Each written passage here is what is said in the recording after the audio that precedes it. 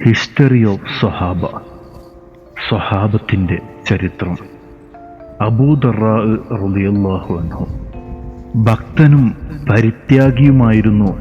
അബൂദർറാ റളിയല്ലാഹു അൻഹു ഉവൈമിർ ബിൻ സഅലബത്ത് എന്നായിരുന്നു അദ്ദേഹത്തിൻ്റെ ശരിയായ പേര്. നബി സല്ലല്ലാഹു അലൈഹി വസല്ലമയുടെ അനുയായികളിൽ അഗ്രഗണ്യനായിരുന്നു അദ്ദേഹം. കൂടാതെ വലിയ തത്വജ്ഞാനിയും പണ്ഡിതനുമായിരുന്നു.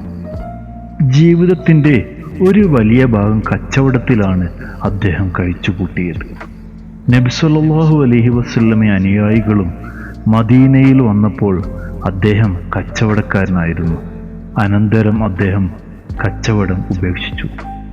അദ്ദേഹം പറയുന്നു, ഞാൻ നബി സല്ലല്ലാഹു അലൈഹി വസല്ലമയുടെ കൂടെ ചേർന്നപ്പോൾ ഒരു കച്ചവടക്കാരനായിരുന്നു. ആരാധനയും കച്ചവടവും ഒന്നിച്ചു കൊണ്ടുപോകണമെന്ന് ഞാൻ ആഗ്രഹിച്ചു. പക്ഷേ അത് ഒന്നിച്ചു പോയില്ല. അത് നിമിത്തം ഞാൻ കച്ചവടം തിരിച്ചു ആരാധനയിൽ ഏർപ്പെട്ടു. കച്ചവടം ചെയ്ത് ദിനംപ്രതി 300 ദിനാർ ലഭിക്കാൻ കഴിയുമാറ് ഒരു കട പള്ളിയുടെ കവാടത്തിനടുത്ത് തന്നെ ഉണ്ടായാലും അതെനിക്ക് ഇഷ്ടമല്ല. കച്ചവടം അല്ലാഹു നിഷിദ്ധമാക്കിയിരിക്കുന്നു എന്നല്ല ഞാൻ പറഞ്ഞതിൻ്റെ അർത്ഥം. എങ്കിലും എന്നെ ദൈവസ്മരണയിൽ നിന്ന് കച്ചവടവും വ്യാപാരവും തിരിച്ചു കളയരുത് എന്ന് ഞാൻ ആഗ്രഹിക്കുന്നു. ദൈവപ്രീതിക്ക് വേണ്ടി ഐഹിക വ്യാപാരങ്ങൾ ത്യജിക്കണമെന്ന് അബൂദർറാ റളിയല്ലാഹു അൻഹു ഉപദേശിക്കുന്നില്ല. പക്ഷേ അദ്ദേഹത്തിൻ്റെ ദൃഷ്ടിയിൽ സമ്പത്തിൻ്റെ ആവശ്യകതയും അതിൻ്റെ ഉപയോഗവും വളരെ പരിമിതമാണ്. ഒരു ശരാശരി ജീവിതത്തിനുള്ള മാർഗമായി മാത്രമാണ് അദ്ദേഹം സമ്പത്തിനെ കണക്കാക്കിയിരുന്നത്. അദ്ദേഹം ഇങ്ങനെ ഉപദേശിക്കുമായിരുന്നു: പരിശുദ്ധമല്ലാത്തവ ഭക്ഷിക്കരുത്, പരിശുദ്ധമല്ലാത്തത് സമ്പാദിക്കരുത്, പരിശുദ്ധമല്ലാത്തത് വീട്ടിലേക്ക് കടത്തരുത്. ഉഹുദ് മുതൽ എല്ലാ യുദ്ധങ്ങളിലും അദ്ദേഹം പങ്കെടുത്തു. ഉഹുദിൽ നബി സല്ലല്ലാഹു അലൈഹി വസല്ലമ അദ്ദേഹത്തെ ശ്ലാഘിച്ചു. ഉവൈമിർ എന്തു സമർത്ഥനായ പടയാളി! അദ്ദേഹം എൻ്റെ സമുദായത്തിലെ തത്വജ്ഞാനിയായ പണ്ഡിതനാകുന്നു. ഉമയ്യ ഭരണാധികാരിയായിരുന്ന യസീദ് അബൂദർറാ റളിയല്ലാഹു അൻഹുവിൻ്റെ പുത്രിയെ വിവാഹാലോചന നടത്തി. അദ്ദേഹം അത് നിരസിച്ചു കളഞ്ഞു.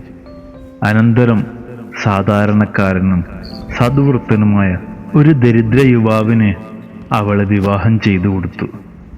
തൻ്റെ പുത്രിക്ക് കൈവരാനിരിക്കുന്ന മഹാഭാഗ്യം തട്ടിയകറ്റിയ അബൂദർറാ റളിയല്ലാഹു അൻഹുവിനോട് ഒരാൾ ചോദിച്ചു, എന്താണ് നിങ്ങൾ ഇങ്ങനെ ചെയ്യാൻ കാരണം? അബൂദർറാ റളിയല്ലാഹു അൻഹു മറുപടി പറഞ്ഞു, എൻ്റെ പുത്രി ഒരു കൊട്ടാരത്തിലെ പട്ടമഹർഷിയായി തീരുകയും പരിചാരികമാരുടെയും ആശ്രിതരുടെയും ശുശ്രൂഷയും ആഡംബരത്തിലും മുഴുകി ജീവിക്കുകയും ചെയ്താൽ അന്നേരം അവരുടെ ദീനിൻ്റെ നിലവാരം എന്തായിരിക്കും?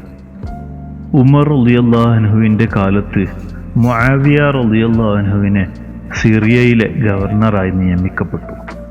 അദ്ദേഹം ദമസ്കസിലെ വിധികർത്താവായി അബൂദർറാ റളിയല്ലാഹു അൻഹുവിനെയാണ് നിയോഗിച്ചത്. അബൂദർറാ റളിയല്ലാഹു അൻഹു അവിടുത്തെ ജനങ്ങളെ ഇങ്ങനെ ഉപദേശിക്കുമായിരുന്നു: സമ്പത്തിൻ്റെയും സന്താനങ്ങളുടെയും ആധിക്യമല്ല നിങ്ങൾക്ക് ഗുണപ്രദം. ക്ഷമയും വിജ്ഞാനവും അധികരിപ്പിക്കുന്നതിലാണ് ഗുണം. അള്ളാഹുവിനെ ആരാധിക്കുന്നതിലേക്ക് ജനങ്ങളെ പ്രേരിപ്പിക്കുന്നതിലും. ഒരിക്കൽ പാപിയായ ഒരു മനുഷ്യന് കുറേ പേർ ശകാരിക്കുന്നത് അബൂദർറാ റളിയല്ലാഹു അൻഹുവിൻ്റെ ശ്രദ്ധയിൽപ്പെട്ടു. അദ്ദേഹം അവരോട് പറഞ്ഞു, അവനെ വിട്ടേക്കൂ. അവന് ആഴമുള്ള ഒരു കുഴിയിൽ വീണ് കിടക്കുന്നത് നിങ്ങൾ കണ്ടുതന്നിരിക്കട്ടെ. എങ്കിൽ നിങ്ങൾ അവനെ കൈപിടിച്ചു കരയിലേക്ക് അടുപ്പിക്കുകയില്ലേ? അവർ പറഞ്ഞു, അതെ. എങ്കിൽ നിങ്ങൾ അവനെ ശകാരിക്കരുത്. നിങ്ങൾ പാപമുക്തരായതിനെ അള്ളാഹുവിനെ സ്തുതിക്കുകയാണ് വേണ്ടത്. അവർ ചോദിച്ചു, നിങ്ങൾ ഒരു പാപിയായ മനുഷ്യനെ വെറുക്കുന്നില്ലേ? അദ്ദേഹം പറഞ്ഞു, ഉണ്ട്. പക്ഷേ ഞാൻ വെറുക്കുന്നത് അവൻ്റെ പാപത്തെയാണ്, അവനെയല്ല. അവനത് ഉപേക്ഷിച്ചാൽ അവൻ എൻ്റെ സഹോദരനാണ്. വിജ്ഞാനത്തോടും പണ്ഡിതരോടും അദ്ദേഹത്തിന് ആദരവായിരുന്നു. അദ്ദേഹം ഇങ്ങനെ പറയുമായിരുന്നു: ഒരാളും അറിവില്ലാതെ ഭക്തനാവുകയില്ല. അറിവനുസരിച്ച് പ്രവർത്തിക്കാത്തവന് അറിവ് ഭൂഷണമല്ല. അദ്ദേഹത്തിൻ്റെ ജീവിതം എപ്പോഴും വിജ്ഞാനത്തോട് ബന്ധപ്പെട്ട് കിടന്നിരുന്നു. വിജ്ഞാനത്തെക്കുറിച്ച് അദ്ദേഹത്തിൻ്റെ ചിന്താഗതി ഇങ്ങനെയായിരുന്നു: ജനങ്ങൾ 3 തരക്കാരാണ്. ഒന്ന് പണ്ഡിതര്, മറ്റൊന്ന് വിദ്യാർത്ഥി, അത് രണ്ടിലുമല്ലാത്തവൻ പാമരൻ, അവൻ നിരുദ്രവകാരിയാകുന്നു. പഠിച്ചതനുസരിച്ച് പ്രവർത്തിക്കുന്ന പണ്ഡിതരെ അദ്ദേഹം ബഹുമാനിക്കുകയും ആദരിക്കുകയും ചെയ്തിരുന്നു. അദ്ദേഹം ഇങ്ങനെ പ്രാർത്ഥിക്കുമായിരുന്നു: പണ്ഡിതന്മാരുടെ ഹൃദയം ശപിക്കുന്നതിൽ നിന്ന് എന്നെ നീ മുക്തനാക്കണമേ. അവരുടെ ഹൃദയത്തിൻ്റെ ശാപം എന്താണ്? അവരുടെ വെറുപ്പ് തന്നെ. അദ്ദേഹം വിശദീകരിച്ചു. അദ്ദേഹത്തിൻ്റെ വിനയവും ഭക്തിയും അതിശയകരമായിരുന്നു. ഭക്തിയിലും സൽവൃത്തിയിലും മതിപ്പ് തോന്നിയ പലരും അദ്ദേഹത്തോട് അവർക്കു വേണ്ടി പ്രാർത്ഥിക്കാൻ പറയുമായിരുന്നു. അവരോട് മഹാനവർകൾ ഇങ്ങനെയായിരുന്നു മറുപടി പറഞ്ഞിരുന്നത്: എനിക്ക് നീന്താൻ അറിഞ്ഞുകൂടാ, ഞാൻ തന്നെ മുങ്ങിപ്പോകുമെന്ന് ഭയപ്പെടുന്നു. അബൂദർ റളിയല്ലാഹു അൻഹു ഒരു നീന്തൽ വിദഗ്ധൻ തന്നെ ആയിരുന്നു.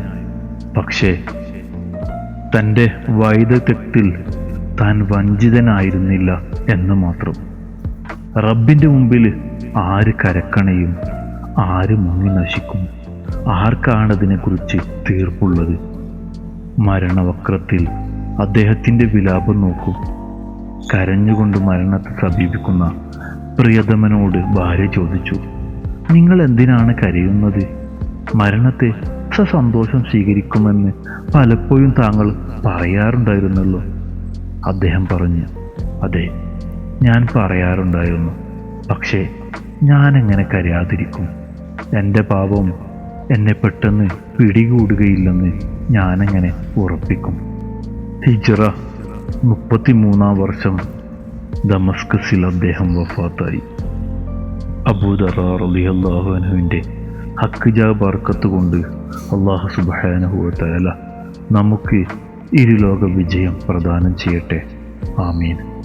ഈ ചരിത്രം നമ്മളുടെ കൈകളിലെത്താൻ കാരണക്കാരായ എല്ലാവർക്കും എല്ലാവിധ നന്മകളും നേരുന്നു. അസ്സലാമു അലൈക്കും വറഹ്മത്തുള്ളാഹി.